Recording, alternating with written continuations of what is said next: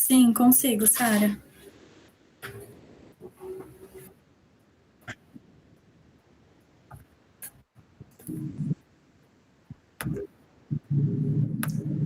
A apresentação caiu?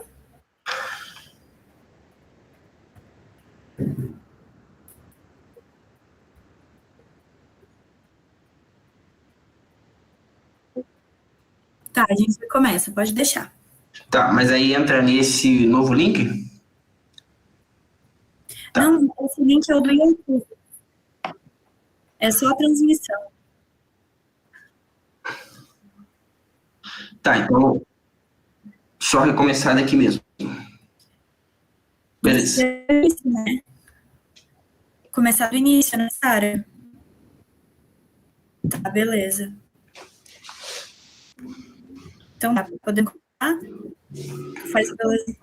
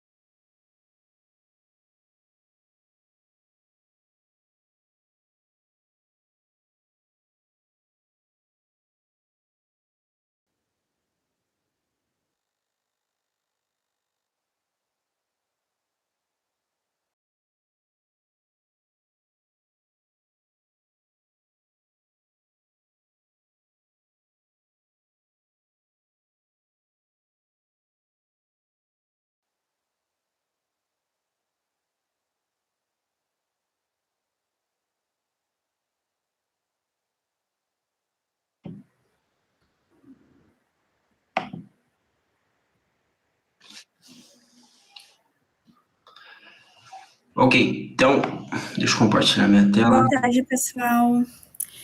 Sejam todos muito bem-vindos. Eu sou a Lara, sou assessora de infraestrutura da SAEC. E hoje a gente está aqui com o Kelvin Taparowski, que vai estar realizando uma palestra sobre suplementação natural. Primeiramente, uns avisos.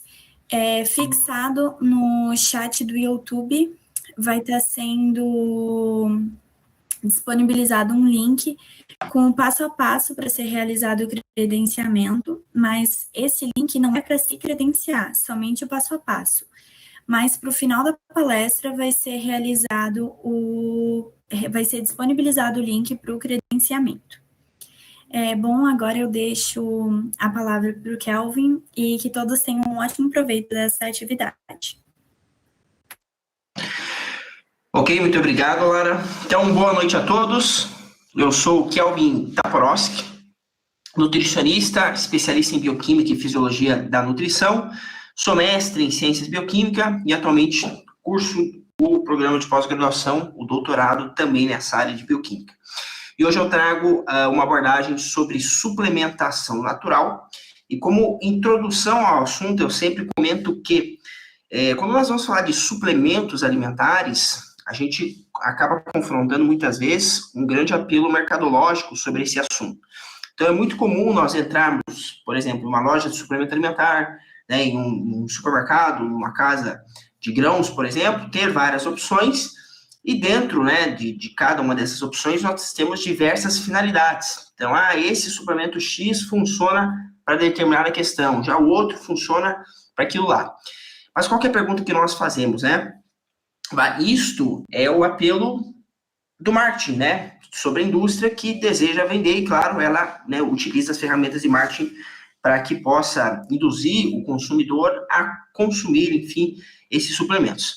Mas a pergunta nossa, né, na qualidade de profissionais, na qualidade de cientistas, é exatamente no sentido de que, será que isso realmente tem alguma efetividade? Né? Será que esse suplemento realmente ele funciona para alguma coisa? Ou é um mero marketing, um mero apelo mercadológico? Então, a abordagem de hoje, dentro, né, da proposta da semana acadêmica, a semana científica, é exatamente trazer esse tipo de discussão ao tema, ok? Uma coisa é o que a indústria, né, o mercado propõe como efeitos dos suplementos alimentares. Outra coisa é o que nós temos como respaldo científico dentro da nossa literatura, beleza? Então, hoje eu vou passar aqui alguns suplementos que, de fato, têm efetividade, mas, além disso, tá? Como que a gente pode interpretar e, né, colocar ele dentro da nossa rotina, por exemplo, ok? Porque uma coisa é eu ter uma efetividade em determinado suplemento alimentar, outra coisa é ele fazer sentido para mim ou não. Então, às vezes, ele é uma boa opção, mas não para mim, ok? Então, sempre a gente tem que ter esse olhar em relação ao contexto nutricional que a gente vai estar inserindo esses suplementos, ok? Já fica o meu contato aí ó, no Instagram. Qualquer dúvida que surgir, né, ao final da palestra nós vamos estar respondendo, mas qualquer dúvida que surgir, né, posteriormente a esse nosso encontro, seja sobre esse assunto ou qualquer outro assunto, fiquem à vontade, tá, em estar compartilhando comigo, vai ser um prazer atendê-los, tá?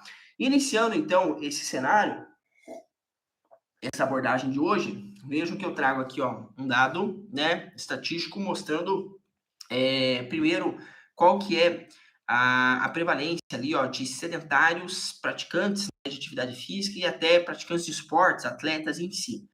Então, um dado ali, ó, voltado, tá, uma última atualização do Vigitel, 2018, a gente tem que, falando de Brasil, ok? No território brasileiro, nós temos ali, ó, 28,5% da população como praticante de atividade física, 25,6% como praticante de esportes e 45,9% de sedentários. Lembrando que, para o indivíduo ser considerado fisicamente ativo, ele tem que ou praticar algum tipo de atividade física 5 vezes por semana ou 150 minutos semanais, ok? Então, ou você atinge a frequência de 5 vezes por semana ou o tempo semanal de 150 minutos, né? Pode ser 2, 3 dias, por exemplo. Isso é o suficiente para você ser considerado fisicamente ativo e não mais sedentário, ok? E vejam que a parcela de brasileiros que praticam, né, exercício físico aumenta, então, 24% desde 2006. Então, essa é uma realidade, tá? Um cenário muito bom, muito favorável, mostrando o interesse da população no aumento, né, da prática de exercício físico. E, paralelamente a isso, nós também temos um aumento aqui, ó, como a gente está chamando, do cenário fitness, né? Então, vejam que é o mercado de suplementos alimentares no Brasil e a perspectiva de crescimento, né, nos próximos 5 anos. Aquele projetou, inclusive, né, de 2018 a 2022, mas a gente observa exatamente, ó, esse aumento, ó, de mais ou menos 12%, tá, ao ano, em relação ao consumo, né, a comercialização de suplementos alimentares. E vejam ali, ó, que 21%, né, da população afirmam, né, fazer uso de recursos ergogênicos, de suplementos alimentares e tudo mais. Então, eu tenho uma crescente na prática de atividade física e, paralelamente, o mercado de suplementos acompanha esse cenário também, ok? E falando dos suplementos, então, quais são os suplementos que podem, né, nos auxiliar dentro, enfim, de uma rotina de treinos, rotina de atividade física, entre outros. Já contextualizando, existem aqueles suplementos alimentares que vão atuar nos sistemas bioenergéticos que nós chamamos, ok? Então, pense que, a depender do tipo de modalidade esportiva que você faz, você vai predominar uma das vias bioenergéticas, que existem as 3, né? A via fosfagênica, a glicolítica e a mitocondrial. E nós temos, tá, os carboidratos como os nossos principais substratos energéticos. Então, lembre-se que através da alimentação a gente obtém os macronutrientes, que são proteínas, carboidratos e lipídios, que seriam as gorduras, e a gente pode extrair energia desses 3 macronutrientes. Mas por que a gente fala que o carboidrato, né, a glucose, por exemplo, é o nosso principal substrato energético? Porque essa é uma molécula muito mais facilmente oxidada pelo nosso corpo. Então, a depender do cenário metabólico desse indivíduo, ele vai extrair energia da proteína, ele vai extrair energia do lipídio, ou ele vai extrair energia do carboidrato. Mas preferencialmente do carboidrato, por quê? Porque é mais facilmente oxidado, é uma molécula muito mais rápida para se obter essa energia. E aí a gente começa falando, né, nessa primeira parte da palestra, 2 suplementos que são baseados em carboidratos, né? Então são açúcares, carboidratos, glicídios, na forma de suplemento alimentar. Qual que é a finalidade desses suplementos? Suprir as demandas energéticas dos atletas, dos praticantes de atividade física. Então, se eu estou fazendo uma atividade física, não importa qual seja a modalidade, eu tenho um gasto energético. E os carboidratos são as principais moléculas para suprir esse gasto energético, ok? Um primeiro assunto que eu sempre abordo é que nem todo carboidrato é igual, tá? Nós temos diferentes tipos de carboidratos, diferentes tipos de monossacarídeos, e isso é um ponto importante dentro, tá, da suplementação. Por quê? Observem que esse é um esquema, ó, nesse slide, que mostra ali o perfil de absorção, tá, desses carboidratos no nosso intestino. Como que a gente faz a suplementação, né? A partir da via oral. Então, eu vou precisar suplementar, né, pela via oral, administrar esse suplemento pela via oral e absorver no meu intestino, para que ele vá, né, esse carboidrato lá para a corrente sanguínea. Só que vejam que eu tenho 3 exemplos, ó, nesse esqueminha, de monossacarídeos, de carboidratos, tá? Que é a glicose, a galactose e a frutose. São 3 tipos diferentes de carboidratos. Vejam que a glicose e a galactose, elas são absorvidas pelo mesmo receptor celular, que é esse SGLT1, ok? O que isso significa? Que esses 2 tipos de carboidrato disputam a mesma porta de entrada, ok? Então, para quem ainda não está muito situado com receptor, né, célula e tudo mais, entendo que esse carboidrato ele precisa entrar na célula e da célula ele precisa passar para o sangue, ok? Só que ele vai entrar por uma porta, que é um receptor, certo? E essa mesma porta é disputada tanto pela glicose quanto pela galactose. Já a frutose, que é um terceiro tipo de carboidrato, eu vejo que ela é absorvida por um outro tipo de receptor, ou seja, uma outra porta de entrada, que é o GLUT5, ok? O que isso significa? Que a depender da necessidade energética desse indivíduo, eu posso trabalhar com diferentes tipos de carboidratos, ok? Ou só glicose, ou só galactose, ou só frutose. E se eu precisar combinar diferentes carboidratos, eu vou apostar na combinação de carboidratos que usem diferentes receptores para serem absorvidos. Por exemplo, glicose e frutose, ok? Outra característica dos carboidratos é aquilo que a gente chama de índice glicêmico. O que é o índice glicêmico? Muito resumidamente, é a velocidade que esse carboidrato vai levar para chegar na tua corrente sanguínea. Então, pense que você está fazendo uma atividade física. Você precisa de energia para suprir a contração muscular das suas células, por exemplo. Essa energia vai vir dos carboidratos. Só que você está consumindo esse carboidrato. Então, leva um tempo para você administrar, digerir, absorver, ir para a corrente sanguínea e chegar lá no músculo. Alguns carboidratos vai levar um tempo X, já outros vão levar um tempo Y. Uns vão ser mais rápidos do que outros. E isso é o que a gente chama de índice glicêmico. Então, existem alguns carboidratos, por exemplo, a glicose, maltose, maltodextrina, que são carboidratos de alto índice glicêmico. O que isso significa? Eles são absorvidos muito rapidamente, ok? Então, eu vou consumir esse carboidrato e, em questão de muito pouco tempo, ele já vai estar no meu sangue, já vai estar sendo distribuído para as minhas células. Já outros são de baixo índice glicêmico, por exemplo, ali, a frutose, a isomaltulose, ou seja, eu vou consumir e eu vou levar um tempo para ter esse processo de absorção, tá? E, de novo, a depender da necessidade desse indivíduo, eu posso trabalhar, né, com carboidratos de alto índice glicêmico ou baixo índice, de baixo índice glicêmico. Um exemplo aqui é a famosa palatinose. A palatinose é um suplemento que a gente encontra nas prateleiras, enfim, das lojas, né? O que é a palatinose? Ela é um disacarídeo, que o nome dela é esse aqui, ó, a isomaltose. E o nome comercial é palatinose, tá? Então, a palatinose, ela é um carboidrato de baixo índice glicêmico, tá? Então, vejam que ele compara aqui, ó, nesse gráfico, né, de curva, ó, o potencial de absorção do açúcar, né, da sacarose, ou seja, muito rápido, quando comparado com a palatinose, que é muito mais devagar. Então, em alguns contextos, né, eu posso usar um carboidrato de baixo índice glicêmico para ele ser absorvido devagar e outros de alto índice glicêmico, ok? Vamos converter esses princípios na prática em si, falando de carboidratos, tá, como suplemento alimentar. Então, eu vejo que existem algumas recomendações, ó, da gente fazer solução de carboidratos antes do treino, né, ou da competição. Eu vou me submeter a um treino, uma competição, tá? Eu vou, então, suplementar um carboidrato. Lembrando que isso também pode ser a partir da alimentação, mas o nosso tema, né, da palestra é sobre suplementação. Como que eu posso fazer, ó? De 30 a 60 minutos antes desse treino ou da competição, eu fazer uma solução de carboidrato, ó, por exemplo, 500 ml de água com 30 gramas de maltodextrina, ok? Então, essa suplementação vai me dar uma concentração ali, ó, de 6%. E por que é interessante que a gente mantenha essa concentração de 6% e não mais, né? Aí eu posso usar os mesmos 30 gramas de carboidrato em 200 ml de água? Pode, tá? Só que você vai deixar isso essa solução muito concentrada. E qual que é o problema disso? Quanto maior a concentração, maior a chance de você ter desconfortos gastrointestinais, que é tudo que você não quer numa prática de atividade física, ok?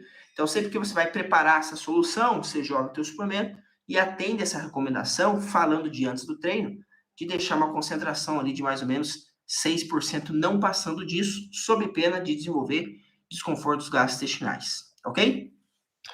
Durante o treino, eu posso suplementar carboidrato também, ok? Atendendo a mesma recomendação de 6% de concentração. Então, ali um exemplo, ó, 30 gramas de carboidrato, né, de maltodextrina, por exemplo, em 500 ml de água. Ou então, 60 gramas em 1 litro, né? Então, ambas as concentrações vão dar 6%.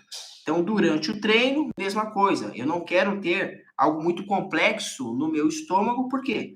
Durante o exercício físico, a corrente sanguínea vai estar sendo disputada pelos músculos que estão em contração. Se eu consumir algo muito complexo, essa circulação vai ter que, né, vascularizar ali o sistema gastrointestinal e essa briga, né, entre músculo e intestino vai gerar desconforto gastrointestinal, vai prejudicar, inclusive, o treino ou a competição. Então, antes do treino ou durante o treino, sempre atender a recomendação de 6% na concentração. Beleza? Aqui, ó, nós entendemos o quê? Por que eu, né, devo, por exemplo, suplementar carboidrato antes do treino, durante o treino? Porque lembre-se que eu comentei, o corpo vai utilizar qualquer macronutriente como fonte de energia, mas preferencialmente carboidrato. Então, o que é muito comum? Um paciente que faz uma restrição de carboidrato, seja da dieta, né, seja do suplemento, ele não tem essa alta disponibilidade de carboidrato e ele acaba usando outras estruturas como fonte de energia, por exemplo, proteínas musculares. Então, ele acaba gerando um estado de catabolismo. Então, esse gráfico mostra exatamente isso aqui, ó, nutrientes utilizados durante a atividade física. Carboidrato, ácido graxo, né, que são os lipídios, cetoácidos, aminoácidos, ou seja, o corpo vai buscar alguma fonte de energia. Se você ofertar o carboidrato, vai ser ele. Se não, né, ele vai, então, buscar ali o que ele encontrar no metabolismo, certo? Vejam esse gráfico ó, que mostra o potencial da suplementação de carboidrato ó, durante o exercício. Então, o que eu tenho ó, no gráfico da direita, né? Ó, o indivíduo começou a fazer uma atividade física e a glicose plasmática, né? Ou seja, a glicose sanguínea, a glicose do sangue dele, a glicemia, vai caindo. Por quê? Porque ele está usando essa glicose para produzir energia. Então, a glicemia vai caindo, vai caindo, vai caindo, e ela vai caindo enquanto você mantém o seu exercício, beleza? Agora, vejam que no gráfico rosa, ó, é o paciente que fez exercício e não repôs carboidrato. A glicemia dele foi caindo, né, cada vez mais. Agora, o paciente em amarelo, ó, que ele começou o exercício físico, a glicose, a glicemia dele foi caindo, e na metade do exercício ele fez uma suplementação, né, uma alimentação, consumo de carboidratos, a glicemia dele volta a subir. Então, a ideia, né, principalmente para as provas, para os treinos que são muito longos, é você suplementar o carboidrato, principalmente para manter a sua glicemia, manter esse aporte de nutrientes, de energia no organismo, ok? E aqui, ó, vem de novo convertendo esses princípios em aplicação. Ok, quanto de carboidrato eu preciso suplementar, né? Quanto? Vejam que se o seu exercício for abaixo de 30 minutos, não há necessidade, tá? Tudo que a gente está falando aqui são para os treinos mais longos. Então, eu faço um funcional, faço uma musculação, faço algo, dá em torno de 30 minutos. Não há necessidade de suplementar nada, ok? Se o seu exercício for ó, de 30 minutos até 75, vamos colocar de 30 até 1 hora, por exemplo, não há necessidade de você suplementar também, ou quantidades muito pequenas.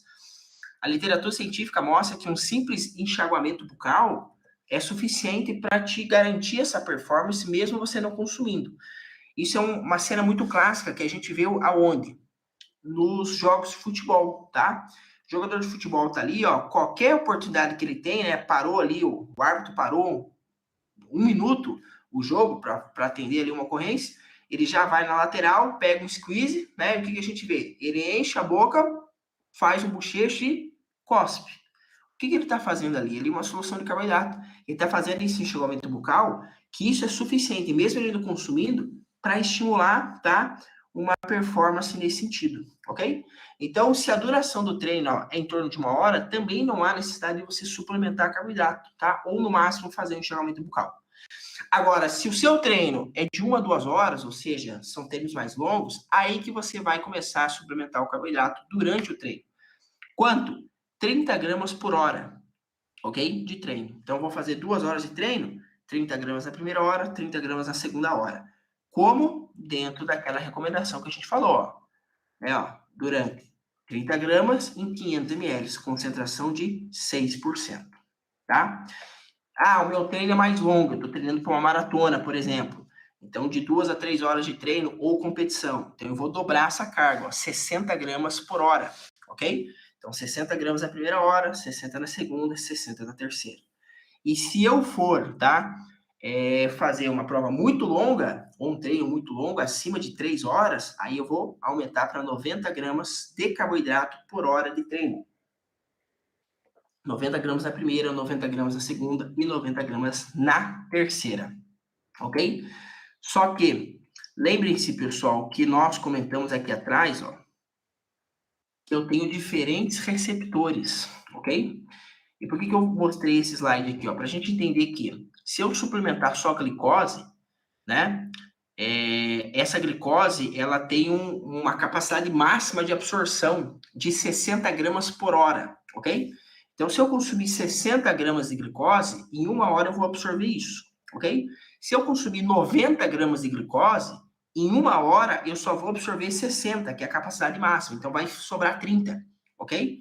Então, se a recomendação aqui, ó, nessas provas muito longas é de 90 gramas por hora, não adianta eu usar o mesmo tipo de carboidrato. Eu tenho que combinar diferentes tipos de carboidrato. Ó, por exemplo, 60 gramas de glicose, 30 gramas de frutose. Por quê? Porque lembre-se que a frutose, ó, ela entra por outra porta de entrada. Então, eu consigo absorver 90 gramas por hora, desde que eu combine diferentes carboidratos. Certo? Aqui, ó, é uma dúvida que sempre se tem, né? Tá, eu tenho que suplementar o carboidrato durante o treino.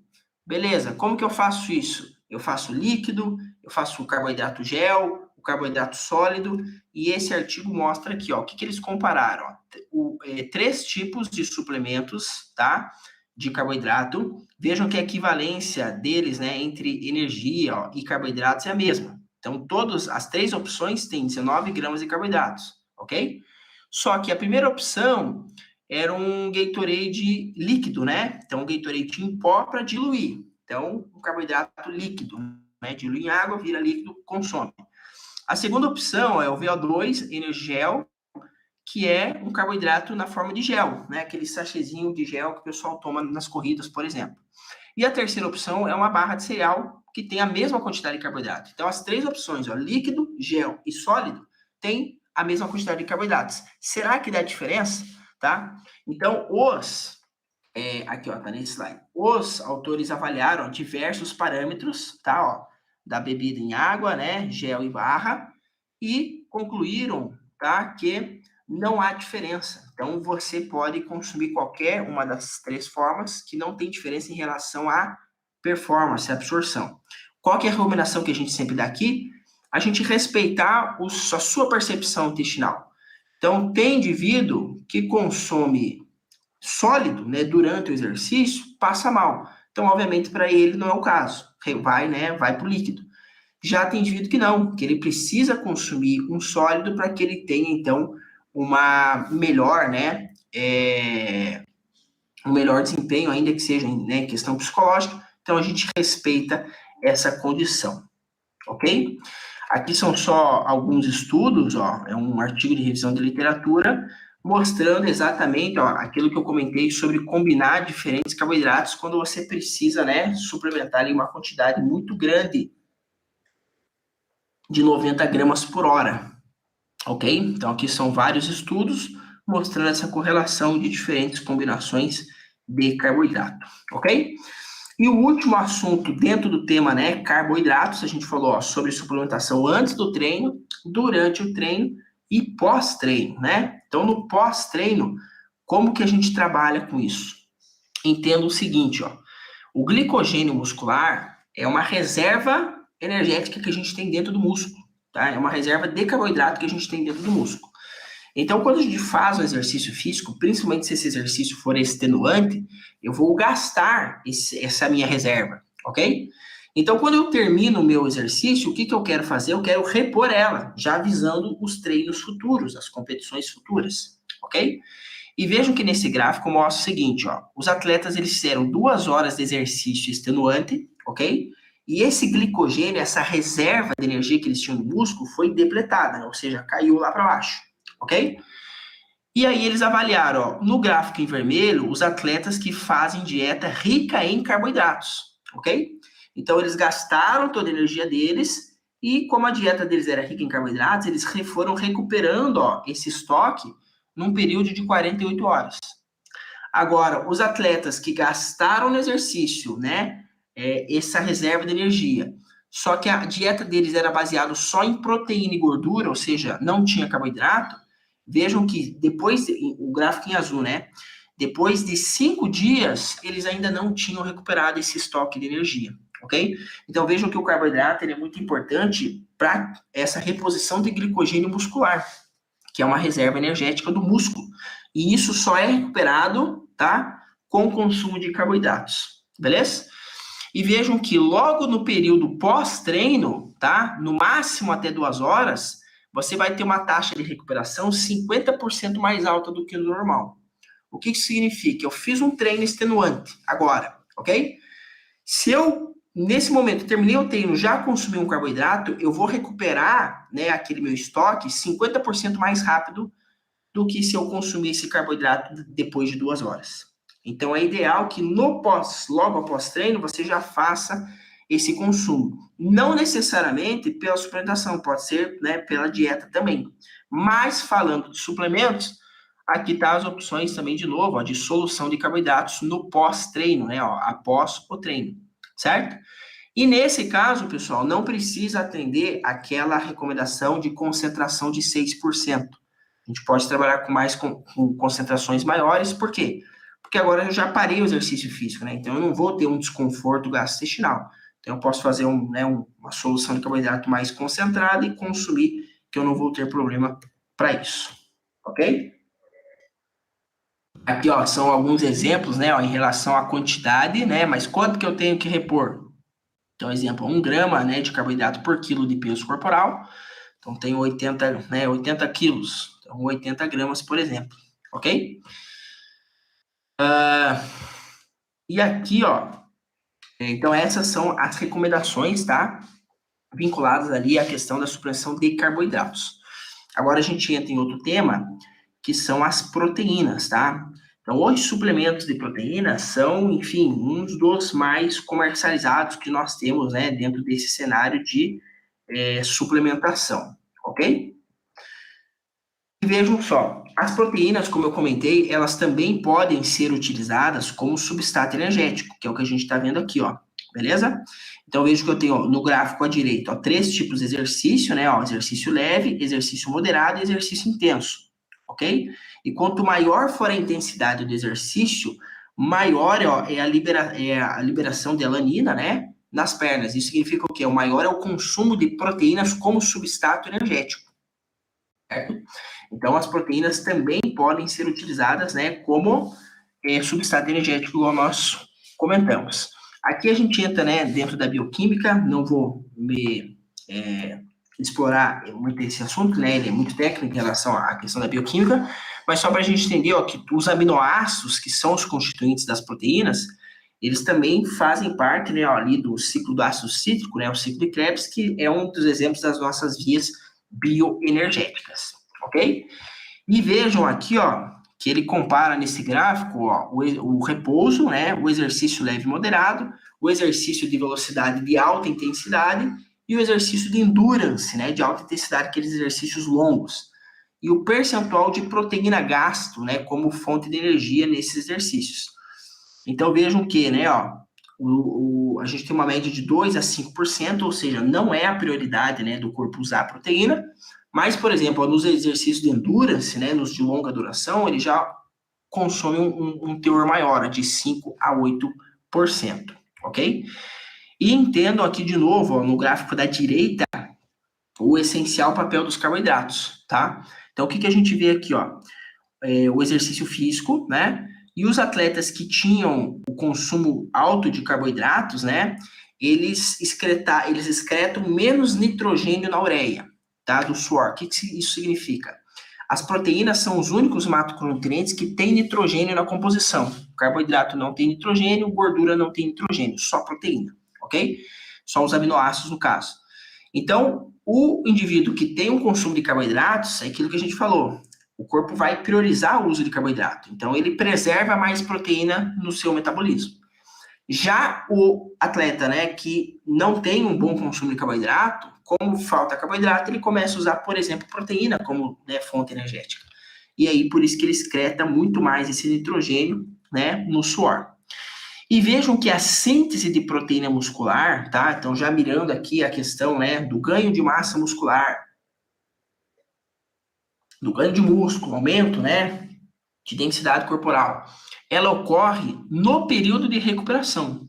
Então, veja aqui, ó, durante o exercício, ó, o gráfico em roxo, a síntese, a produção de proteína muscular é negativa. Então, durante o exercício, você não vai produzir proteína. Em que momento que você vai produzir? No pós-exercício, no período de recuperação. E por isso que, dentro das discussões que a gente tem, né, de estímulo para ganho de massa muscular, tanto se prioriza a questão do repouso, né? Dormir bem, dormir tantas horas, descansar, repor, se alimentar bem. Por quê? Porque você vai construir teu músculo, né? Você tem um estímulo no treino, mas a síntese vem no período de recuperação, ok? E aqui a gente cita uma via que é a chamada mTOR. Também aqui, né, é um assunto muito técnico, mas só entendam que essa mTOR é uma proteína que nós temos, por exemplo, no músculo, não é só no músculo, tá? Mas, por exemplo, no músculo, que ela é a responsável por estimular a síntese de proteínas, ok? Então, se eu quero estimular o ganho de massa muscular, eu preciso ativar essa proteína chamada mTOR, ok? Mas entenda o seguinte, pessoal, essa mTOR também ela é expressada, ó, no fígado, também é expressada no tecido adiposo. Por que eu estou falando isso? Não basta você só ativar essa proteína, ok? Eu tenho que ter um contexto metabólico condizente para eu ganhar músculo. E aí que entra aquela discussão que eu falei. Às vezes eu tenho um suplemento lá dizendo assim, ó, exemplo, mTOR Activator, né? Então, um ativador de mTOR. Esse suplemento ele vai, estimula mTOR, né, produz músculo. Se fosse assim, né, estaria resolvido o problema do mundo. Entenda o seguinte, ativar essa proteína é uma etapa da síntese de massa muscular. Eu preciso também do estímulo físico, né? Então, por isso você tem que fazer musculação, hipertrofia, né? Fazer lesão de músculo para estimular reconstrução. Então, tem todo um processo por trás. E aí que entra muito aquelas abordagens mercadológicas, né? Que tornam o suplemento como uma opção milagrosa, ignorando todo o processo que a gente precisa ter, beleza? Então, aqui é um exemplo. Para eu ter essa ativação de mTOR, o que eu preciso? Estímulo mecânico. Tá aí os exercícios de resistidos, né? Então, por que a musculação estimula a massa muscular? Porque a musculação, né, a hipertrofia, gera um processo que ativa essa proteína, ok? E vejam que, falando de suplementação, claro, dentro do contexto do indivíduo que está treinando, está tendo hipertrofia, está estimulando por ação mecânica, eu posso sim trabalhar com alguns suplementos. Então, aquilo que eu falei, né? Uma coisa é ver se o suplemento funciona ou não. Outra coisa é ver se ele se aplica a mim ou não. Sou sedentário. Esse suplemento funciona para ganhar massa muscular, mas eu sou sedentário. Obviamente não se aplica a mim, ok? Então não basta ter a ação do suplemento, eu preciso ter todo esse contexto. Mas para o indivíduo que tem esse contexto, aí sim a gente pode trabalhar com alguns aminoácidos específicos. Então vejam que ó, no eixo central desse artigo, ó, dessa imagem, né, ele mostra a mTOR. A mTOR é o que vai gerar essa síntese de proteínas lá no músculo, ok? Quem que está ativando ela ali, ó, na esquerda? Exercício de força. Então, exercício de força ativa mTOR, ativa essa ganho de massa muscular. Mas existem outros componentes que auxiliam, né, nessa ativação, por exemplo, a leucina. Então, a leucina é um aminoácido que é constituído ali em várias proteínas, por exemplo, ok? Trazendo esse contexto em relação à aplicabilidade, vejam só. Esse aqui é um artigo muito interessante que ele avaliou o potencial do estímulo da síntese de proteínas a partir de 3 tipos de suplementos, tá? O primeiro foi o whey. Então, o whey é um suplemento muito conhecido, né? Um dos mais comercializados no mundo. E então, vejam que ó, no gráfico da direita ele mostra as características dos participantes, né, desse estudo. As características dos participantes, elas são muito similares, né? Então, eles tinham ó, basicamente a mesma idade, né? Eles foram divididos em 3 grupos. Todos os participantes, ó, basicamente, né, a mesma idade, o mesmo peso, a mesma altura, o mesmo IMC, o mesmo percentual de gordura. Então, era uma população muito homogênea em relação a esses quesitos. Então, um grupo suplementou uma dose de whey, uma dose de um scoop de whey, 25 gramas de whey, ok? Dose padrão de whey. O outro grupo, ele suplementou 5 gramas de whey, adicionado de 3 gramas de leucina, ok? Então, o primeiro grupo, 25 gramas de whey. O outro, 5 gramas de whey, ou seja, 20 gramas a menos. Só que junto com esses 5 gramas, ele adicionou 3 gramas de leucina. E o outro grupo, tá? Ele suplementou 10 gramas de aminoácidos essenciais. E quando eles foram avaliar ó, diversos parâmetros, né, no estímulo da síntese proteica, como, por exemplo, a mTOR, enfim, né, os genes expressos na síntese de proteínas, mas veja o primeiro gráfico aqui, ó, esse FSR, né, que é a taxa fracionária de síntese proteica. Vejam que logo após o exercício, 1 e 3 horas depois e 3 a 5 horas depois do exercício, todos os grupos tiveram o mesmo estímulo para a síntese proteica. Então, eles mostraram né, o papel potencial da leucina, igual a gente está vendo aqui. Ó, a leucina é um dos grandes ativadores de mTOR. Ou seja, os indivíduos que suplementaram 25 gramas de whey tiveram o mesmo efeito de quem suplementou 5 gramas de whey adicionado de 3 de leucina. Ok?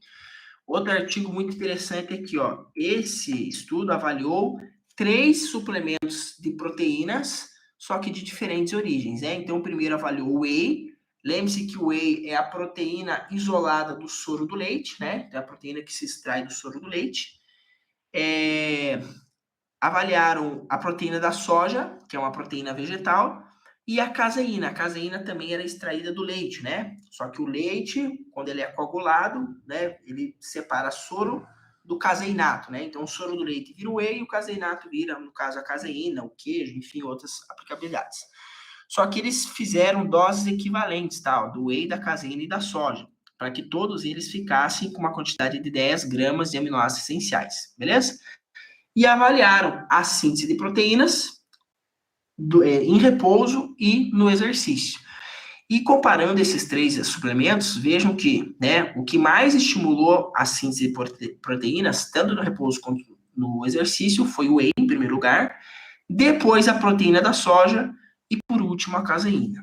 O que a gente traz né, de discussão aqui, pessoal? A proteína da soja, né, ela é muitas vezes criticada, né? As proteínas vegetais, proteína vegetal, baixo valor biológico, enfim. Mas vejam que ela apresentou, né, um potencial inferior ao whey, mas muito próximo, né? Não foi uma diferença significativa. E outro ponto que eu trago aqui é da caseína.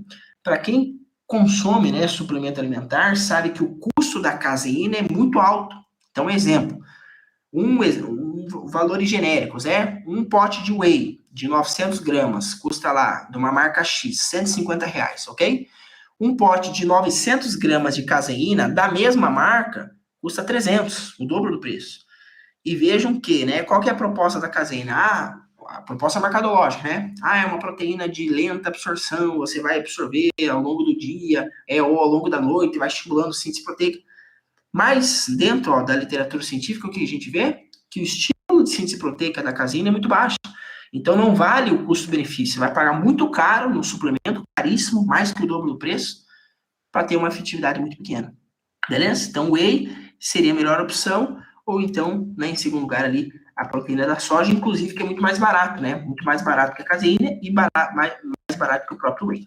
Ok? Esse aqui é um artigo falando de doses, né? Então, essa questão dos suplementos de proteínas não é aquela correlação dose dependente, né? Então, quanto mais eu consumir, maior vai ser o meu efeito. Não. Então, ele compara ali, ó, 20 gramas e 40 gramas de whey, certo? Mostrando que não há uma diferença, enfim, significativa entre essas duas doses. Então, ele limita, né? A gente limita ali o consumo de 40 gramas de whey como potencial máximo. Isso para alguns contextos, né, muito específicos. Então, em geral, a gente fala assim, ó, a dose do whey padrão, né, aquela que vem, enfim, no próprio suplemento, 30 gramas, 25 gramas, 35 gramas. Não adianta, vou consumir 2 doses para ter o dobro do efeito. Não, isso não vai acontecer porque ele atinge o platô nessa faixa máxima de, né, 30 e 35 gramas, 40 no máximo. Ok? Falando, pessoal, de outros suplementos. A gente falou de carboidratos, falou de whey, né, proteína, então até então, suplementos que funcionam, ok? Vejam que nós temos alguns suplementos aqui, ó, que a gente tem outro desfecho, tá? Por exemplo, os BCAAs. Então, os BCAAs são os aminoácidos de cadeia ramificada, e são, enfim, também muito, né, comercializados, e a gente tem várias propostas a partir deles. Vou passar rapidamente aqui, porque esse é um artigo, né, de revisão de literatura, mas vejam, né, que todos estão referenciados, então fica os artigos até para quem tiver interesse, depois de, né, buscar, ler e tudo mais.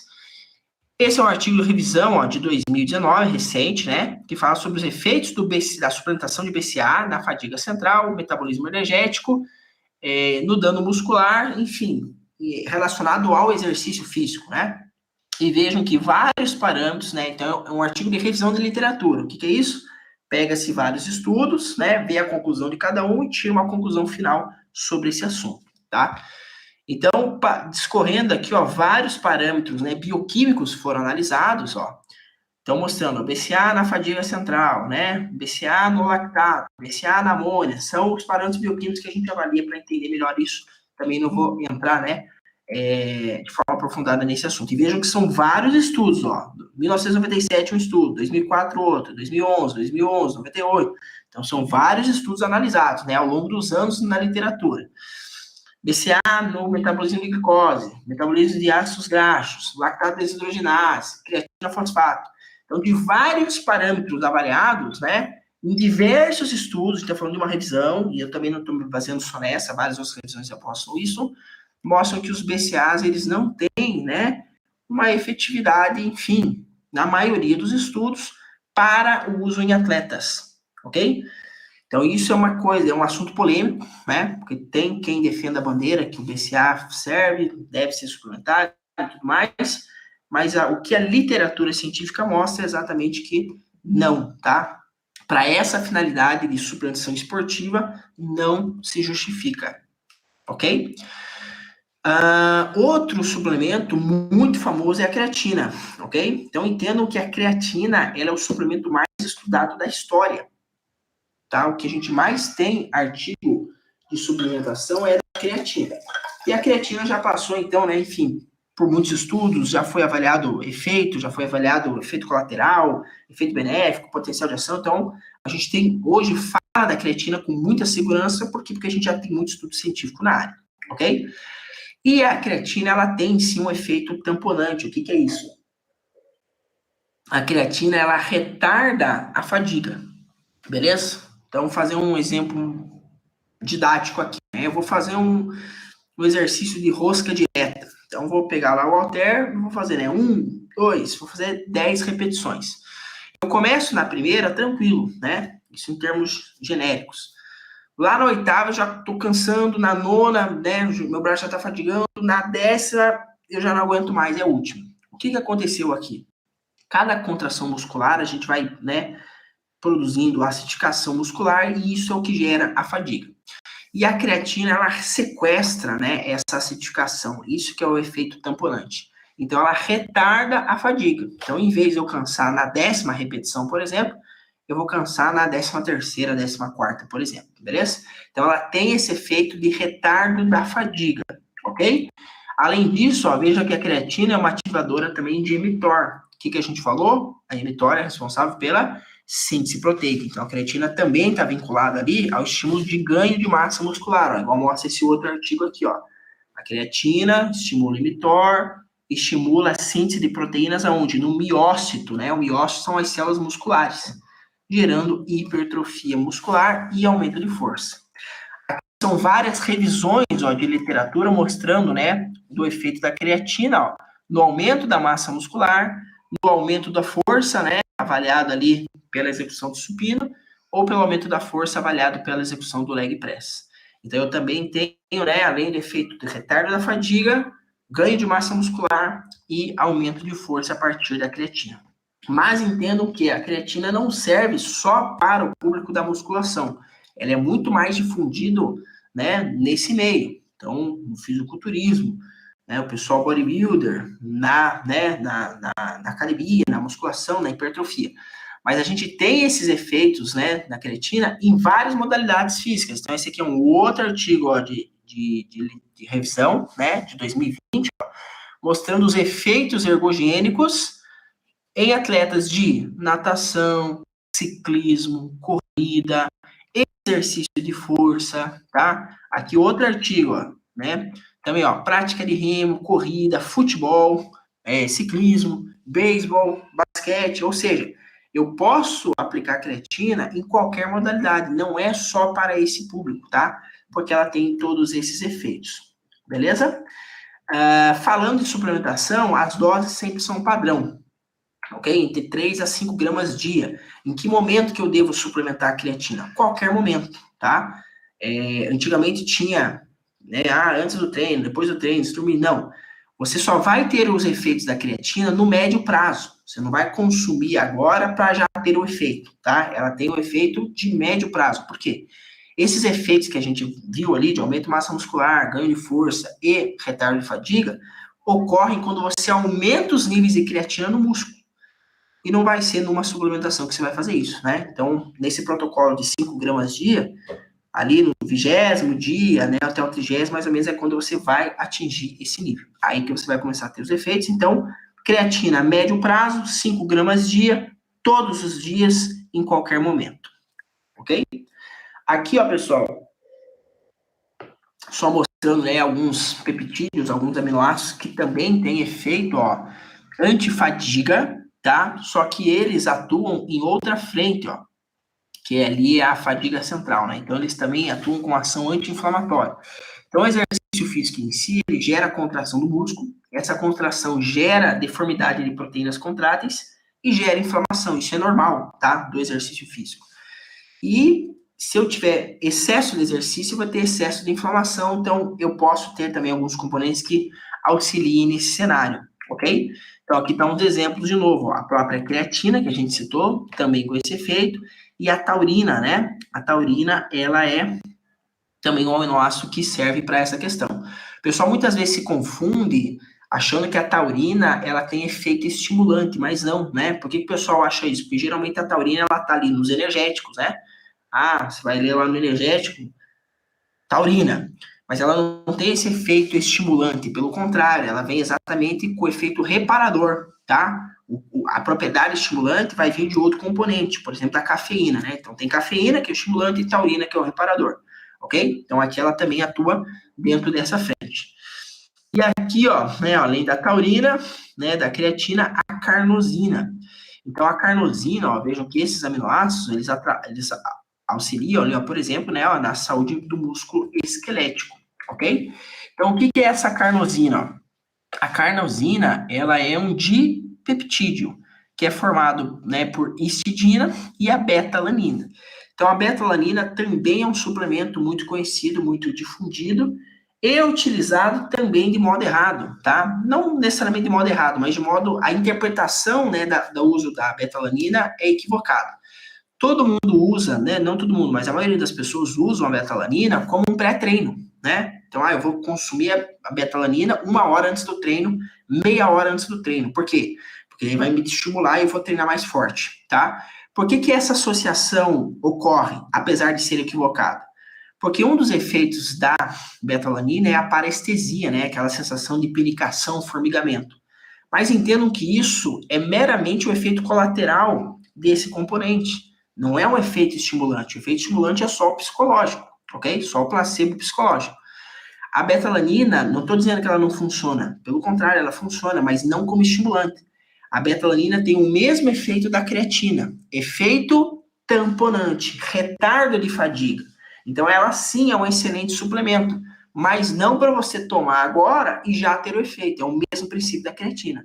Você só vai ter o efeito da beta-alanina quando você aumentar a concentração no músculo. E você não vai conseguir isso em uma única suplementação. Então, para quem consome antes do treino, achando que é estimulante, isso é um mero equívoco.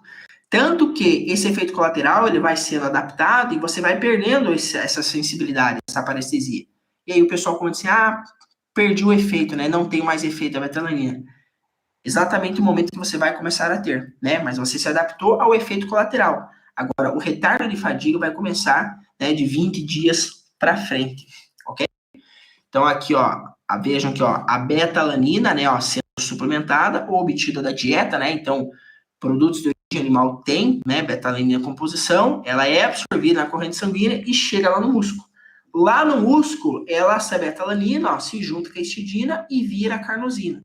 E essa carnosina que vai ter esse efeito tamponante, tá? De retardo de fadiga.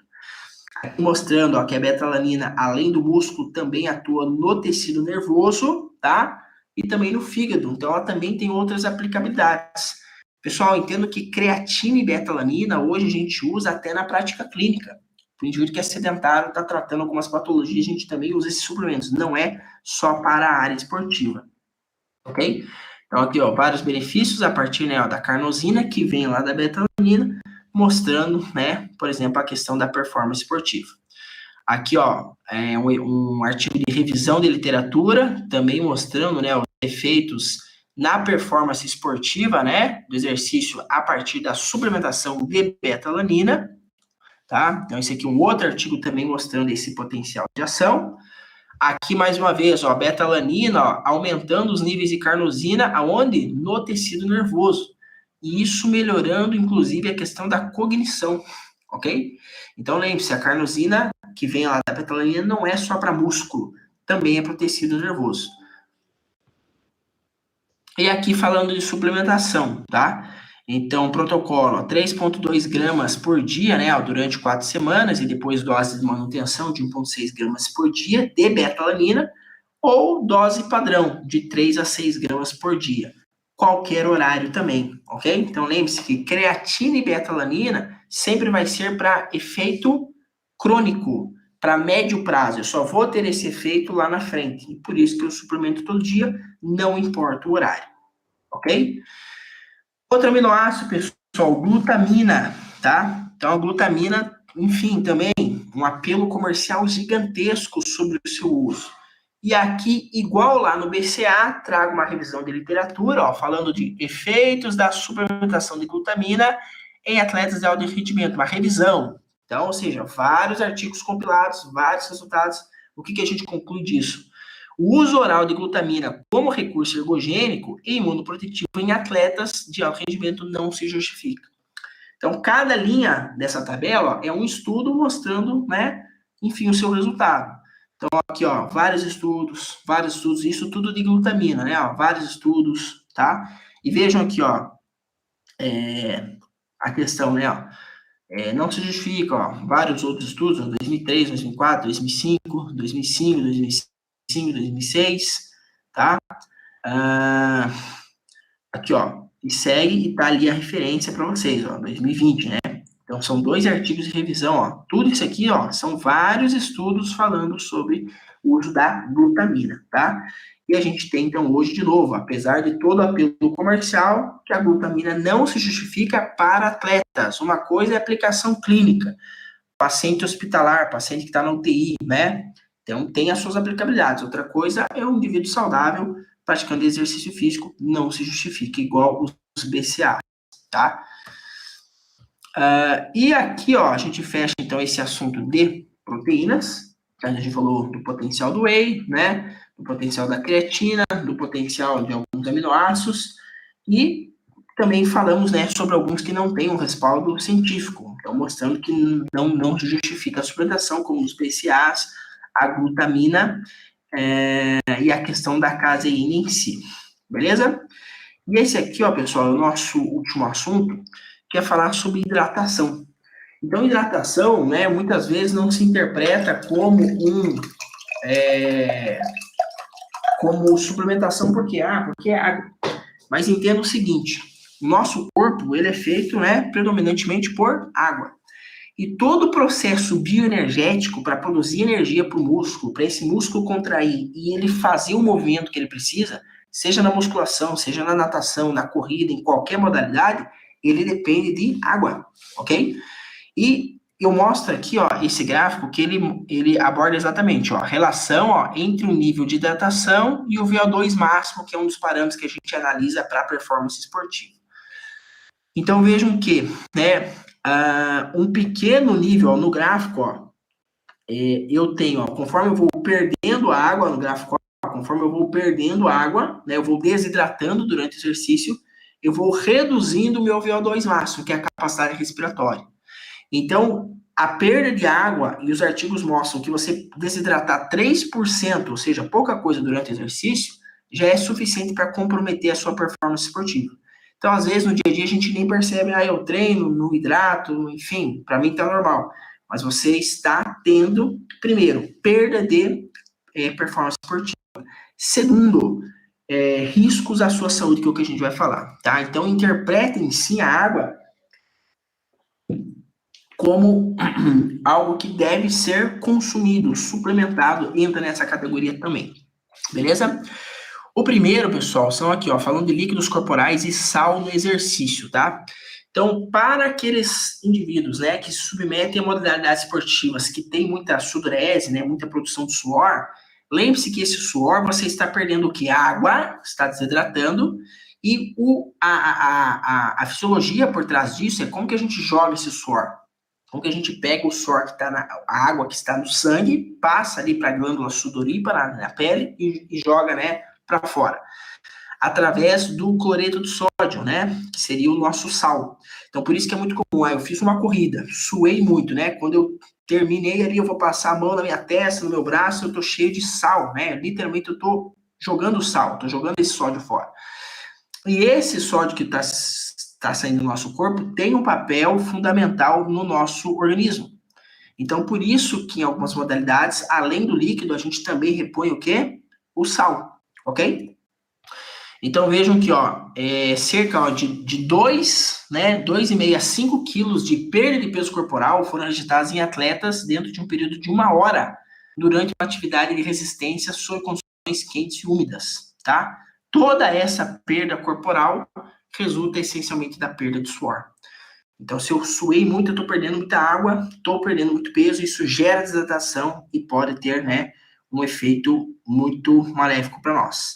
O que é o ideal, pessoal? É fazer sempre a aclimatação do calor, principalmente para quem vai competir fora. Então, é muito comum, me inscrevi na maratona de Florianópolis, igual teve aqui agora, né? Então, eu estou em Curitiba, né? Estou em Ponta Grossa, estou em outra região. Eu vou para uma outra região competir. O ideal, dentro do possível, é que eu me aclimate a esse ambiente. Eu chegue, né? Faça essa aclimatação e eu vou ter, né? Uma alteração metabólica favorável para essa perda de suor. Mas geralmente isso, né, não dá certo, porque, enfim, a prova é no sábado. Então o pessoal já chega na sexta e não dá tempo de aclimatar. Mas o ideal seria, né, ficar ali em torno de 1 semana, no mínimo, dentro desse ambiente de competição para que haja essa aclimatação, ok? Aqui, ó, são alguns parâmetros, né, vinculados à questão da absorção de líquidos, beleza? Então, veja, eu vou fazer um exercício físico, tá? Extenuante, longo, eu vou perder muita água pelo suor. O que eu preciso fazer? Repor água. Mas entendo que existem alguns fatores que vão influenciar nessa absorção da água que eu consumir, né, durante o exercício. E vejam que os carboidratos, eles aumentam a absorção de líquido. E o sódio, que a gente tem lá no sal, também aumenta a absorção de líquido. Ou seja, aí que entra aquela opção da gente fazer uma solução de carboidrato, né? Eu tenho água, coloco um pouco de carboidrato e um pouco de sal. Quando eu consumir, esses dois componentes vão auxiliar na absorção desse líquido para dentro do meu corpo. Eu já vou consumir o carboidrato para repor o que a gente falou lá no início da palestra, né? repor ali as necessidades energéticas, e o sal para eu repor a perda pelo suor, ok? Então, essa é uma combinação muito favorável, ok? Então, aqui, ó, são esses fatores de influência que a gente já falou, né? E alguns estão atrelados lá em relação ao que a gente comentou em relação aos carboidratos, né? Então, essa combinação de água, carboidrato e sódio é uma combinação perfeita para repor tanto o substrato energético, quanto o sal, quanto os líquidos que eu vou perder nesse exercício. E aí que a gente entra, por exemplo, soluções já prontas, né? Eu posso fazer essa solução dentro daqueles exemplos que a gente viu, né? Exemplo, 500 ml de água, 30 gramas de carboidrato, meio grama de sal. Misturar, tenho minha solução pronta. Ou existem suplementos já, né, prontos para isso, que são os isotônicos, né? O Gatorade da vida, Powerade, eles têm essa proposta, né? Tem líquido, tem carboidrato e tem os eletrólitos para reposição. Ok? Então, ó, quando eu coloco a adição de sal, além de eu repor esse sódio, né, que eu estou perdendo no suor, eu também vou ter o quê? Ó, o aumento do estímulo da sede. Então, esse é um grande problema, né? Eu, atleta, estou fazendo uma corrida, eu sei que eu tenho que me reidratar. Só que o aumento da temperatura corporal durante o exercício inibe o mecanismo de sede. Então, não necessariamente eu sinta sede durante o exercício, ou vou sentir menos, ok? Então, quando eu adiciono sal, eu vou estimulando essa sede para compensar a inibição da temperatura corporal, ok? E eu sempre vou mantendo ali o meu volume plasmático desse sódio durante a reidratação, o que é muito essencial, ok? Então, aqui mostrando ó, exatamente ó, esse volume de urina ó, acumulado, né, em diferentes concentrações. Então, quanto maior for a reposição de sódio, menor vai ser a urina produzida. E isso é muito interessante porque durante o exercício eu já estou perdendo água pelo suor e eu não quero perder mais água para a urina. Então, se eu estou repondo sódio, ele vai inibir a produção de urina, tá? Então, por isso que nessas provas mais longas, a gente também trabalha com essa administração de sal, ok? E veja, né, que quanto maior for a temperatura, também vai influenciar nesse cenário, ok? Então, por isso, pessoal, que a gente fala até, né, em relação às condições de umidade relativa do ar, que é algo muito perigoso. Nas provas em si, é muito comum, né? Eu vou fazer uma corrida, a comissão avaliar a umidade relativa do ar e, né, dar o veredito ali se está o dia apto ou não para fazer a prova. Mas no nosso treino, né, do dia a dia, é interessante que a gente veja isso nos dias muito quentes. Por quê? Entenda o seguinte, por que eu produzo suor? Para eliminar a temperatura do meu corpo. Durante o exercício, eu estou fazendo contração muscular. A contração muscular produz calor, e esse calor tem que ser dissipado, tem que sair do meu corpo. Por quê? Porque a gente tem que ficar na faixa ali de 36 graus, senão eu gero uma hipertermia igual uma febre. Isso é incompatível com a vida, né? Se eu entrar numa hipertermia severa, o indivíduo vai a óbito. Então, por isso que a gente começa a suar. O calor que eu produzi no corpo no exercício, ele é dissipado para a pele, né? Lá para a derme, e sai através do suor, né? Então, a gente produz as gotas de suor, essas gotas, né, capta ali o calor pelo processo ou de condução ou de convenção, e aí ele evapora, né? Então, quando a gotícula evapora, o calor vai embora junto, beleza? Então, isso é o que a gente chama de termorregulação. Qual que é o problema da umidade relativa do ar? Essa gotícula, ela vai evaporar se o ar tiver condições de aceitar ela, né? Então, se a umidade relativa estiver muito alta, eu vou ter, né, dificuldade na evaporação. Por quê? Porque o ar já está extremamente úmido, ele não vai captar mais água, ok? E a temperatura fica retida em mim. Se eu não dissipo, eu aumento minha temperatura, gero uma hipertermia. Isso pode levar, como infelizmente em alguns históricos, o atleta a óbito, ok? Então, isso aqui é algo que a gente sempre comenta. Apesar de ser uma abordagem, né, um pouco mais tensa, a gente sempre fala o quê? Que você errar, né? Você, digamos, não acertar na suplementação de tudo que a gente falou até agora, carboidrato, proteína, o custo disso é a tua performance, né? Então, não consumir o carboidrato adequado, vai perder performance. Não consumiu proteína adequadamente, vai perder performance. Agora, o custo da não hidratação é a morte, ok? Então, é pesado, mas é, infelizmente, o que acontece. infelizmente, em muitos casos, né? Umidade relativa alta. O atleta vai correr, né? Principalmente se ele não for adaptado, ele entra no quadro de hipertermia e o pior cenário é o óbito do indivíduo, ok? Se não, outros quadros, rabdomiólise, né? Hiponatremia, lesões, enfim, outras condições que também geram sequelas. Então, essa questão da hidratação é algo de extrema importância, ok? Principalmente dentro dessas condições. E aqui algumas propostas, ó, que a gente finaliza, né, a sua abordagem para a gente consumir, né, dentro desse contexto, tanto de água, quanto de, né, carboidratos, quanto de eletrólitos, o sódio, no caso, para a gente repor, beleza? Então, ficam 3 protocolos aqui, ó, mostrando, ó, né, exercícios de até 1 hora de duração. O que eu preciso fazer, né? Então, a gente fala, ó, antes do treino, tem que consumir água, né? Porque a hiperidratação já te deixa, né, num estado bom para você estar fazendo esse treino. Então, aqui um exemplo, né, de 300 a 500 ml, ok? Durante o treino, de 500 a 1 litro de água, certo? E ali, enfim, as justificativas, o porquê de fazer isso, beleza? Se o exercício é de 1 a 3 horas de duração, um exercício mais longo, o que eu faço? Ó, antes do treino, tá? O volume de água, né, antes e durante, e ali a composição da solução, ó. Então, eu posso colocar água, o sódio, né, e carboidratos, naquela concentração que a gente já falou também, certo? E se o exercício for muito mais longo do que isso, né, acima de 3 horas, então daí existem outras recomendações para a gente fazer tudo isso dentro da equivalência. Então, isso geralmente é algo que não é, né, enfim, muito bem abordado, exatamente porque, é água, tá? Mas como eu comentei, é uma grande problemática que nós temos, tanto na performance, porque a desidratação, a gente viu lá no primeiro slide, gera perda de performance, quanto também, né, nos riscos à saúde do atleta, na saúde do indivíduo. Beleza? E terminando a prova, né, igual a gente viu lá nos carboidratos, no pós-prova, né, no pós-treino, é interessante consumir, né, o carboidrato para repor o glicogênio muscular, a água também, né? Então vejam que ali, ó, a recuperação, a finalidade básica, ó, síntese de glicogênio muscular, reposição hídrica e reposição de eletrólitos, ok? Então água, sódio, carboidratos, ok? E tudo isso eu posso ou montar, né? Então comprar um suplemento de carboidrato, fazer a solução igual às propostas lá, né? Água, carboidrato e sal. O sódio a gente pega do próprio sal de cozinha mesmo, normal, tá?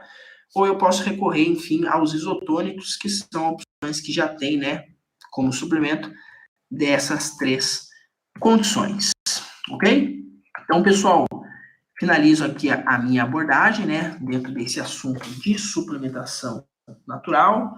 Mais uma vez, segue meu contato. Abro agora para perguntas, mas como eu comentei, né, qualquer eventual dúvida que surgir,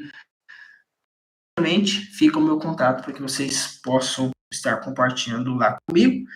Agradeço a atenção de vocês. Mais uma vez, obrigado.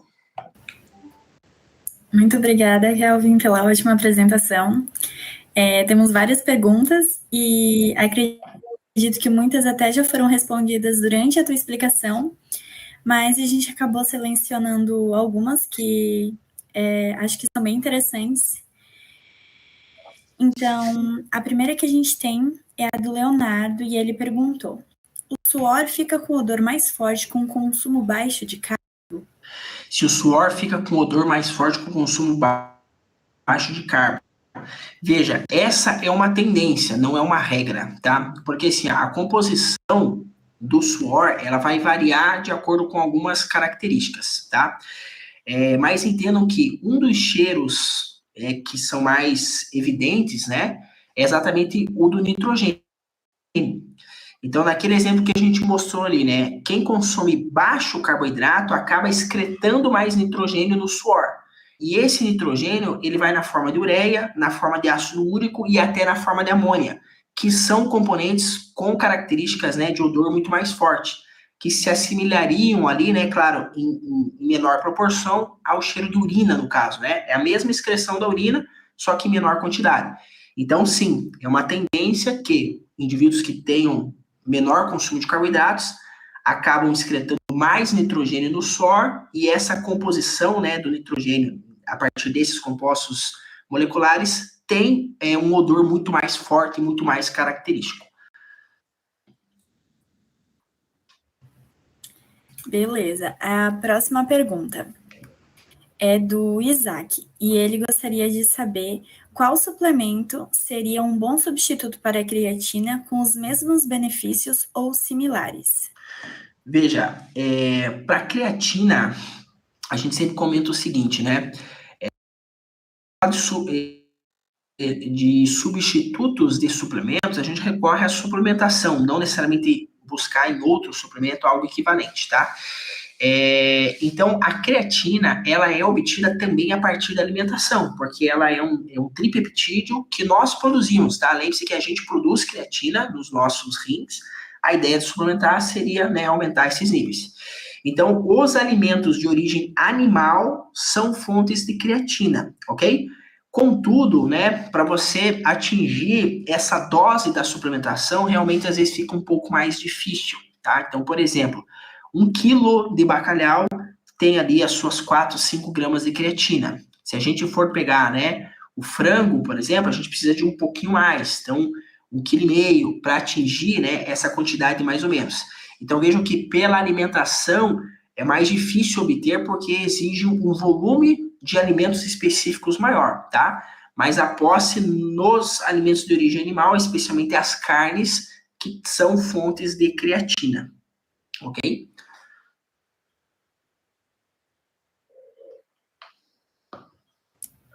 Além dessa pergunta, o Isaac também gostaria de saber se o BCA pode ser usado como suplemento vitamínico. Então, não, porque a composição do BCA são 3 aminoácidos, tá? Que é leucina, isoleucina e valina.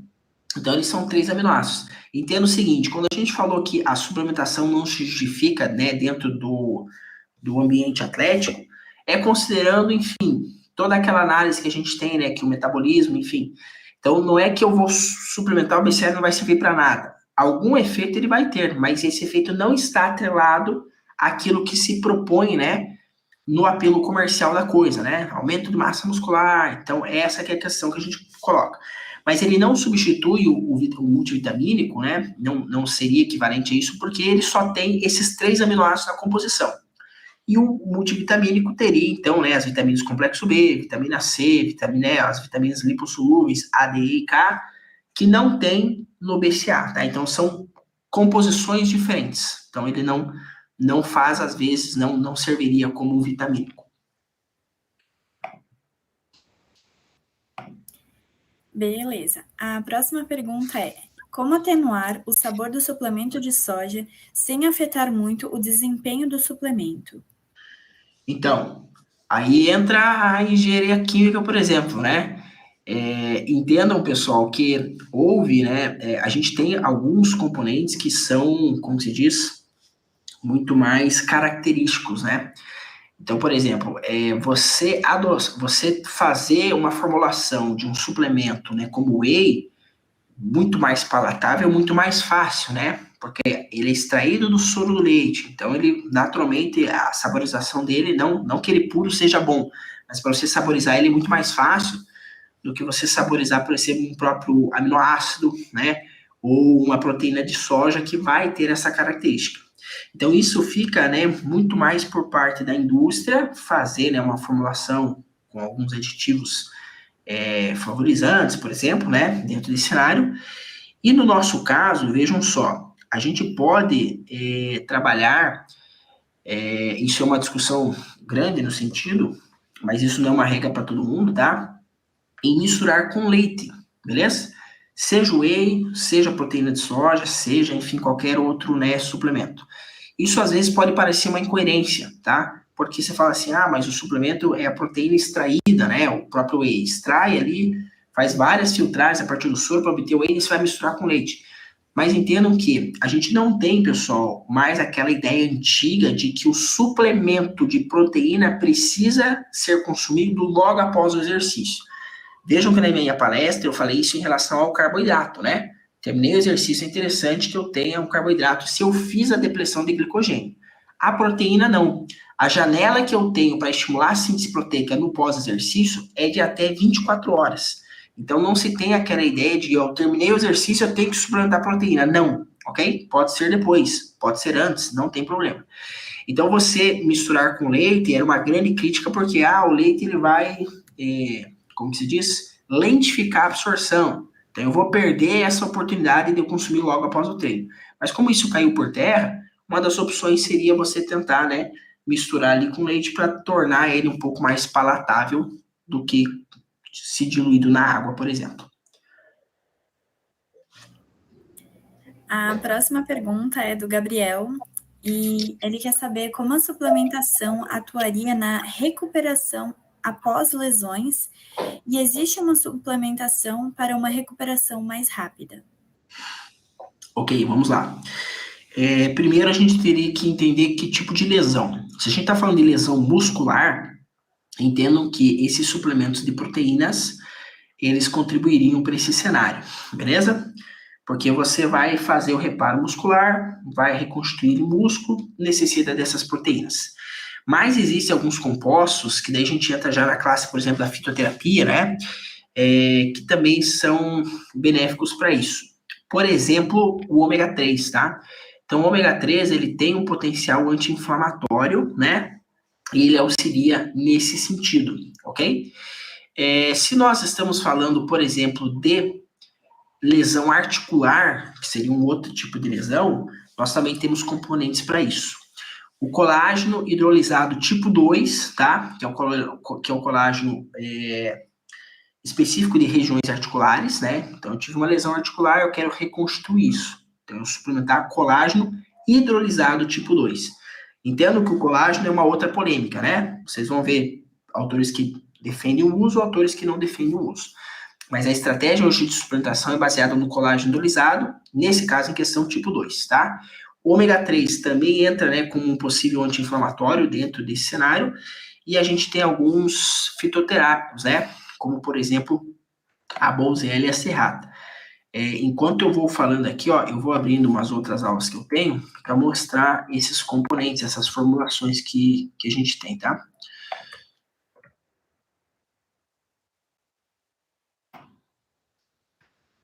Deixa eu ver aqui, São dentro de algumas abordagens mais específicas.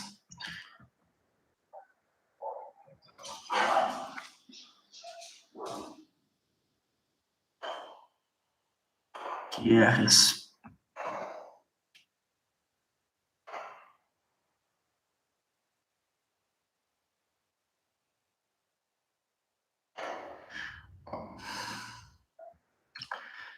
Deixa eu compartilhar o slide de novo, que essa pergunta é interessante. E a gente volta nela. Compartilhar uma janela. Veja, pessoal, essa é uma aula minha que eu falo sobre dor muscular tardia, tá?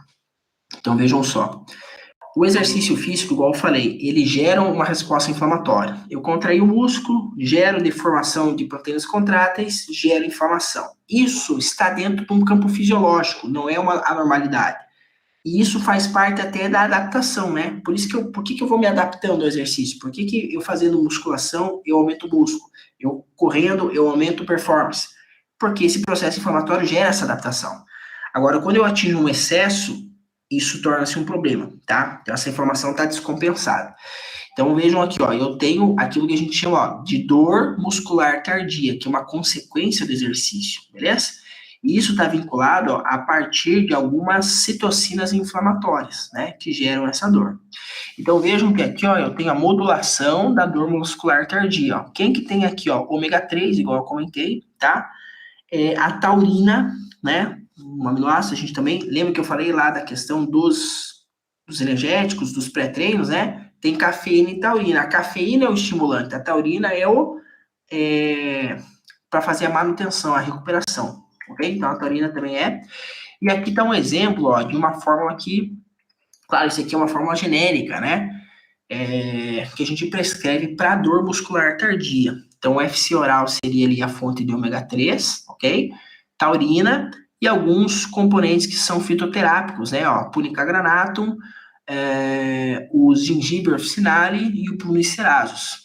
Então, isso daqui você pode, por exemplo, manipular, né? Ó, numa farmácia de manipulação nessas dosagens, consumir uma ali pela manhã durante 30 dias, ok? Então, isso aqui é para dor muscular tardia. E para a questão da articulação, ó, a Bolzélia que eu comentei, tá? Então, a Bolzélia, ó, ela demonstrou ó, um potencial, é um outro fitoterápico, que ela também demonstrou um potencial maior do que os anti-inflamatórios não esteroidais, beleza? E aqui, ó, uma formulação para essa dor muscular tardia mais vinculado com região articular, FC oral, né? Então, um componente ali também do ômega 3, o osteosil, a Bolzélia serrata, que é esse fitoterápico, a curcumina, que é anti-inflamatório, e isso pode ser associado com colágeno hidrolisado tipo 2. Tá? Então, um outro exemplo de formulação que a gente trabalha para essa condição. Ok?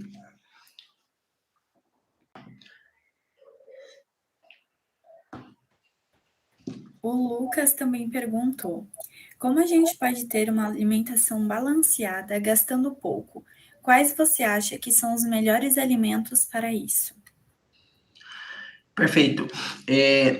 Algo que eu sempre comento nesse tipo de pergunta é o seguinte: nós temos uma visão equivocada sobre o comer saudável, né? Então, geralmente a gente fala assim, o comer saudável, uma alimentação balanceada é muito caro, né? E por que a gente tem essa perspectiva? Porque a gente entra num supermercado, por exemplo, e sempre tem o corredor da área saudável, né? A área fit lá. E quando a gente entra nesse corredor, eu tenho vários produtos fits que são de alto custo, são extremamente caros, né? Mas entendo que ali não é, né, a nossa opção saudável. Ali eu vou ter lá o leite condensado zero, né? Light, com menos calorias. A geleia sem açúcar. Então, esses são produtos fits, que a gente chama, né? Que são de alto custo. É diferente da alimentação saudável, que são os alimentos in natura, ok? Então, o que a gente tem como recomendação hoje de uma alimentação balanceada, uma alimentação saudável? São os alimentos in natura. O que é o alimento in natura? É aquele que não é processado, é aquele que a gente obtém na natureza, ok? Então, por exemplo, frutas. Então, aposte nas frutas. O que eu recomendo hoje para os pacientes? Faça o consumo de 4 porções de frutas por dia. Qual fruta? Qualquer fruta, a fruta que você quiser. Inclua isso. Café da manhã, uma fruta. Pós-almoço, outra fruta. À tarde, mais uma. À noite, mais uma. 4 porções de frutas, tá? O ideal é que varie, mas dentro da sua preferência. Isso você já vai estar, né, consumindo ali, ó, vitaminas, minerais, né, compostos bioativos, fibras dietéticas, vários componentes benéficos à saúde. Outra coisa, os vegetais, né? Então, ali, aquelas recomendações gerais. No almoço, folhas, né? Legumes, verduras, vegetais, brócolis, couve-flor, beterraba, o que tiver, explore isso. Esses alimentos são baratos, né? Não são caros. Então, isso é o tipo de alimentação que a gente prega, né? Não é o produto industrializado fit, zero açúcar. Isso aí você vai gastar um dinheiro e nem é a melhor proposta, porque ele continua sendo um produto industrializado, tá? Diferente da alimentação in natura. Então, a posse, uma coisa que a gente sempre fala, né? Que em caráter como se fosse uma brincadeira, mas é verdade, quer seguir, né, como se diz, ter uma alimentação saudável, vejam o que faziam os nossos avós, por exemplo, né? Que era uma época que a gente não tinha esse ambiente industrializado e tinha uma alimentação, né, bem balanceada, muito in natura. Então, essa, né, é a nossa grande estratégia. Trabalhar com fibras, o próprio almoço, arroz, feijão, né, o clássico do brasileiro, arroz, feijão, carne e salada. Isso é uma excelente opção, né? Isso é um exemplo de alimentação balanceada que está no nosso contexto, inclusive, ok? Então, tirar de mente, né, a proposta, de novo, vem aquela questão do apelo comercial, né? Produtos saudáveis. Não, é alimentação in natura. É o que a gente extrai ali da natureza, essa é a nossa melhor opção.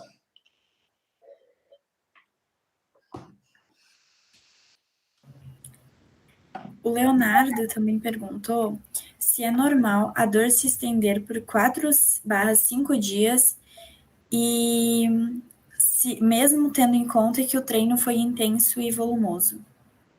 Tá, veja só. Isso é algo que a gente não tem uma regra em si, né? É tanto tempo. Entenda que o processo inflamatório, né, no pós-exercício, ele vai acontecer numa alta escala em 48 horas, mas ele permanece até 7 dias após o exercício, beleza? Então, essa inflamação pós-exercício, ela tem esse período em si. Daí que entra aquelas recomendações a gente intercalar os treinos, né? Por exemplo, falando da musculação, vou treinar peito e tríceps, ok. Eu não treino peito e tríceps todo dia, por quê? Porque eu lesionei esses grupos musculares e vou deixar esse período de recuperação, beleza? Então, 48 horas é o pico da inflamação no pós-exercício, mas ela continua até 7 dias depois. Então, eu posso ter esse cenário, né? Que foi um treino tão intenso ao ponto de 5 dias depois eu ainda sentir dor. Contudo, é difícil da gente, digamos, mensurar isso, né? É muito de percepção própria, aquela questão da diferença da dor. Então, uma coisa é aquela dor que eu sinto, que eu sei que é relacionada à adaptação do meu exercício. Outra coisa é uma dor mais severa, né? Que eu tenho essa percepção que não, alguma coisa está de errado.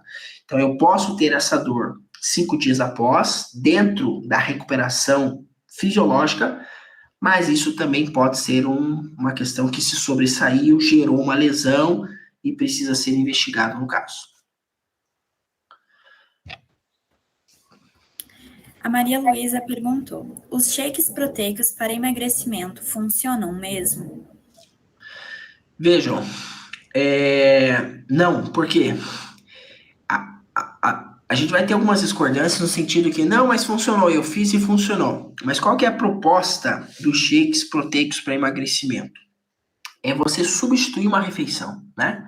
Então eu venho com você de novo, aquela questão de marketing, né? Eu tenho um shake emagrecedor. Se você vai ver a composição dele, é um shake de proteína, né?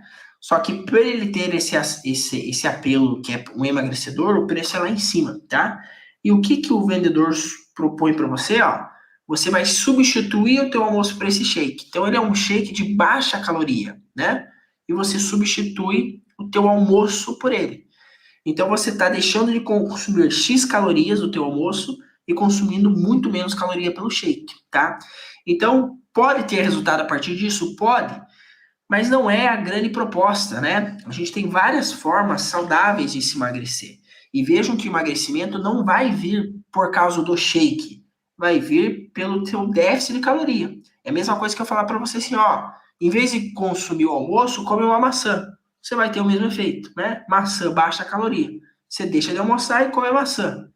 Aí eu vou falar assim, a maçã é emagrecedora. Não, não é a maçã. Podia ser uma maçã, podia ser uma banana, podia ser uma bala, né? Troca o almoço por uma bala. Então a bala emagrece. Não, você consumir menos calorias emagrece.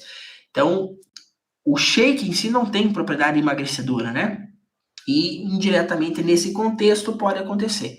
Mas aí, enfim, por isso que é uma das nossas críticas, né, em relação a esse tipo de abordagem. Tá? Então, o que te faz emagrecer é o déficit calórico e não o shake. Certinho. A Isabelle mandou pra gente. Boa noite, professor. Escuto muitas pessoas falarem que não é possível manter uma alimentação saudável seguindo a dieta vegetariana. O que o senhor acha disso? Vamos lá.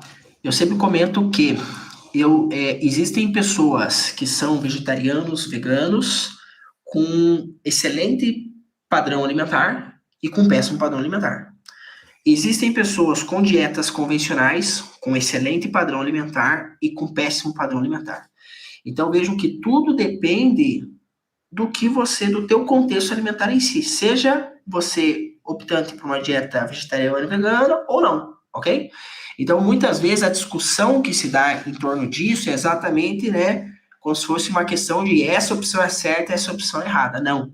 Então eu tenho pessoas que não são vegetarianas e consomem da sua dieta fibras, proteínas, né, suficiente, vitaminas, minerais, tem uma excelente alimentação. E tem pessoas que não, né?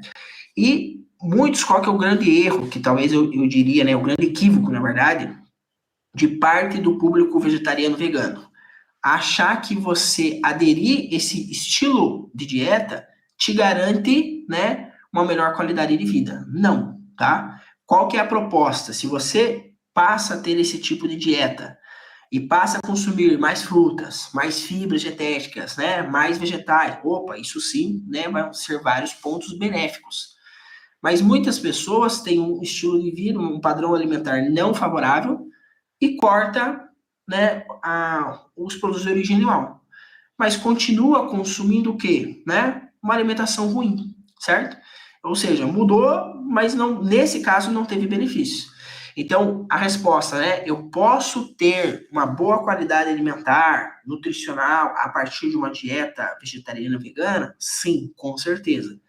Mas não é só por adaptar o estilo de dieta, e sim a composição dos alimentos que você vai consumir. Beleza? Então é possível, desde que isso esteja adequado. E vice-versa, né? Do outro lado, a mesma coisa. Eu posso ter um excelente padrão alimentar ou um péssimo padrão alimentar. O Rian também quer saber se tem algum impacto o alto consumo de proteínas antes de dormir. Veja, as proteínas em si, elas têm um perfil, né? Entre carboidratos, proteínas e lipídios, as proteínas seriam um intermediário, né? Em relação ao processo, genericamente, em relação ao processo digestivo absortivo, ok? Então, vejam só, qual que é uma das recomendações que a gente dá, né? Por que a gente fala assim, não faça uma refeição muito próximo antes de dormir? Porque a partir do momento que eu fiz uma refeição, né, o alimento vai lá passar pelo esôfago, chegou no estômago, né? Ele não vai ficar parado ali, certo? Eu vou ter um processamento. Então, o estômago vai fazer movimentos peristálticos, vai produzir ácido clorídrico, vai produzir enzimas digestivas, depois vai passar para o intestino, mesma coisa, né? Vai produzir enzimas, vai ter tudo. Então, eu vou estimular uma atividade do meu sistema gastrointestinal. Então, eu vou dormir, que seria um momento, né, de repouso para todo o meu metabolismo estar fazendo o processo de manutenção, por exemplo, a própria recuperação muscular, e parte dessa atividade metabólica vai estar voltada para o processo digestivo. Então, por isso que a gente recomenda o quê? Ó, dentro do possível, né? Às vezes, enfim, dependendo da rotina, não é o caso, mas dentro do possível, dê um intervalo, consuma, faça esse processo digestivo, e quando você deitar para dormir, você, né, direciona o teu metabolismo só para recuperação, né? Enfim, do metabolismo como um todo. Mas isso se aplica a qualquer padrão alimentar, né? Seja proteína, seja carboidrato, seja lipídios. As gorduras teriam um impacto maior porque é mais difícil ainda, né, de digerir e absorver. Então, entenda que qualquer refeição muito próxima, né, do sono, e especialmente muito volumosa, vai ter esse prejuízo, ok? Então, não especificamente as proteínas, qualquer tipo de refeição em si.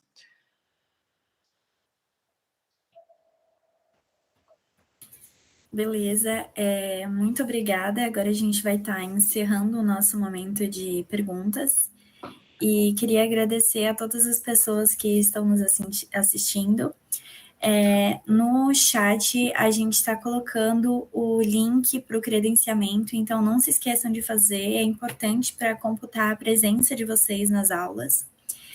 E agora, Kelvin, eu queria agradecer em nome de toda a SAEC pela tua participação no nosso evento. É muito importante, a gente está muito feliz.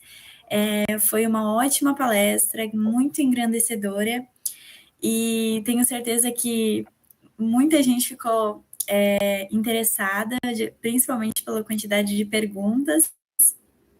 E a gente agradece de verdade por sua participação aqui com a gente, tá bom? Muito obrigada. Ok, muito obrigado. Eu que agradeço pelo convite e fico à disposição, tá? Sempre que tiver interesse, né, dentro do possível, a gente agenda para estar fazendo uma fala com vocês. Muito obrigado. Eu que agradeço. Tchau, tchau. Boa noite. Boa noite. Boa noite, pessoal.